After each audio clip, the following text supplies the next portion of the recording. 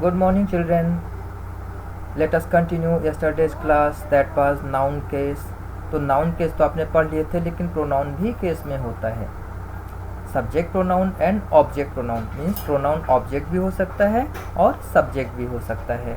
तो now note the following sentence. He struck me, verb से पहले ही है इसलिए सब्जेक्ट है, और मी सब वर्ब के बाद इसलिए ऑब्जेक्ट हो गया. I struck him, him verb के बाद इसलिए ऑब्जेक्टिव केस हो गया, और आई वर्ब से पहले इसलिए आपका हो गया सब्जेक्टिव और nominative case. Okay, now here are the nominative and objective cases of pronouns. Change form, और ये अपने फॉर्म को चेंज कर लेते हैं, जैसा आपने प्रोनाउन टेबल में जरूर पढ़ा होगा. The pronoun in the nominative case is called subject form. Pronoun जब प्रोनाउन नॉमिनेटिव केस में होता है तो उसको सब्जेक्ट प्रोनाउन कहते हैं, और जब प्रोनाउन इन ऑब्जेक्टिव केस होता है तो उसको हम ऑब्जेक्ट प्रोनाउन कहते हैं. Okay, now definition. Pronouns that perform the action in a sentence are called subject pronouns. जब प्रोनाउन एक सब्जेक्ट का वर्क करता है तो उसको हम सब्जेक्ट प्रोनाउन कहते हैं, और जब प्रोनाउन एक्शन को रिसीव करता है यानी ऑब्जेक्ट का काम करता है तो हम उसको ऑब्जेक्ट प्रोनाउन कहते हैं. और प्रोनाउन टेबल आपको याद होगा, देखिए यहाँ पे दिया है उन्होंने. आई सब्जेक्ट में I, you, he, she, it, we, you, they, and object I का object me, you object you, he object him, she her, and it it.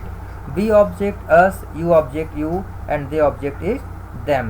Okay, now let us continue. Now possessive case. Possessive means होता है position या अधिकार. तो जो position या अधिकार दिखाते हैं उनको हम कहते हैं possessive case. This is Rama's book, Rama की बुक. अब इसमें जो एपोस्ट्रॉफी लग गया मीन्स जिस भी नाउन पर एपोस्ट्रॉफी लग जाएगा वो आपका पजेसिव केस हो जाएगा. Means any noun that has an apostrophe is called possessive case. Okay, my uncle's house. Now each of the noun Rama's, brothers, uncle's, ये सब के सब पजेसिव केस में है.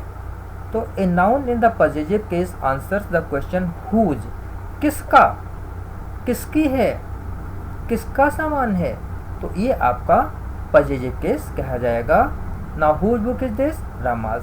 इन the above sentences the noun in the possessive case are in the singular number, so the possessive case is formed by adding an apostrophe, comma, and an S.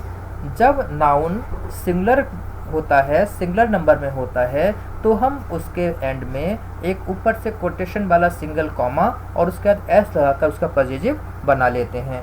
लेकिन क्या करें जब हमारा नाउन प्लूरल में हो तो possessive case of plural nouns. Note the following sentence. Many boys, देखिए boy plural है इसलिए कॉमा ऊपर लगा दिया और हमने एस का यूज़ नहीं किया है. All these horses, horses plural है, हमने केवल कॉमा यूज़ किया है. Beach rows of soldiers, soldiers plural है और हमने कॉमा लगाया है. इसका मतलब ये हुआ कि सिंगुलर नाउन होने पर हम कॉमा के बाद एस यूज़ करेंगे, और प्लूरल नाउन होने पर हम सिर्फ और सिर्फ कॉमा यूज़ करेंगे, उसके आगे एस का यूज़ नहीं करेंगे. ओके, और अ नाउन और pronoun use to show possession is said to be in the possessive case. Okay, तो ये आपको क्लियर हो गया कि सिंगुलर नाउन के साथ में एपोस्ट्रॉफी एस लगाएंगे और प्लूरल में हम केवल एपोस्ट्रॉफी कॉमा लगाएंगे, एस का यूज़ नहीं करेंगे. नाउ लेकिन ये तभी यूज़ होगा जब एस यूज से प्लूरल बना हुआ हो. लेकिन जैसे मेन, मेन प्लूरल है लेकिन इसमें एस नहीं, इसलिए हम एपोस्ट्रॉफी एस कॉमा दोनों यूज़ करेंगे. चिल्ड्रन प्लूरल है बट इसमें लास्ट में एस नहीं है इसलिए हम कॉमा के साथ एस यूज़ करेंगे. ऑक्सन प्लूरल है लेकिन कॉमा के साथ में एस यूज करेंगे बिकॉज ऑक्सेज नहीं, फॉक्सेज नहीं है.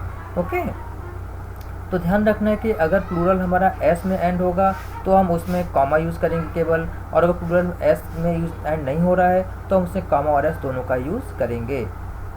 No possessive case of non living things. अब नॉन लिविंग थिंग्स का पजेसिव कैसे बनेगा? The possessive case is chiefly used when the noun denotes some living thing. जब किसी लिविंग थिंग को शो करता है तो हम पजेसिव केस का यूज़ करते हैं, जैसे कि हमने कहा children's toys, horse's feet, Mary's book.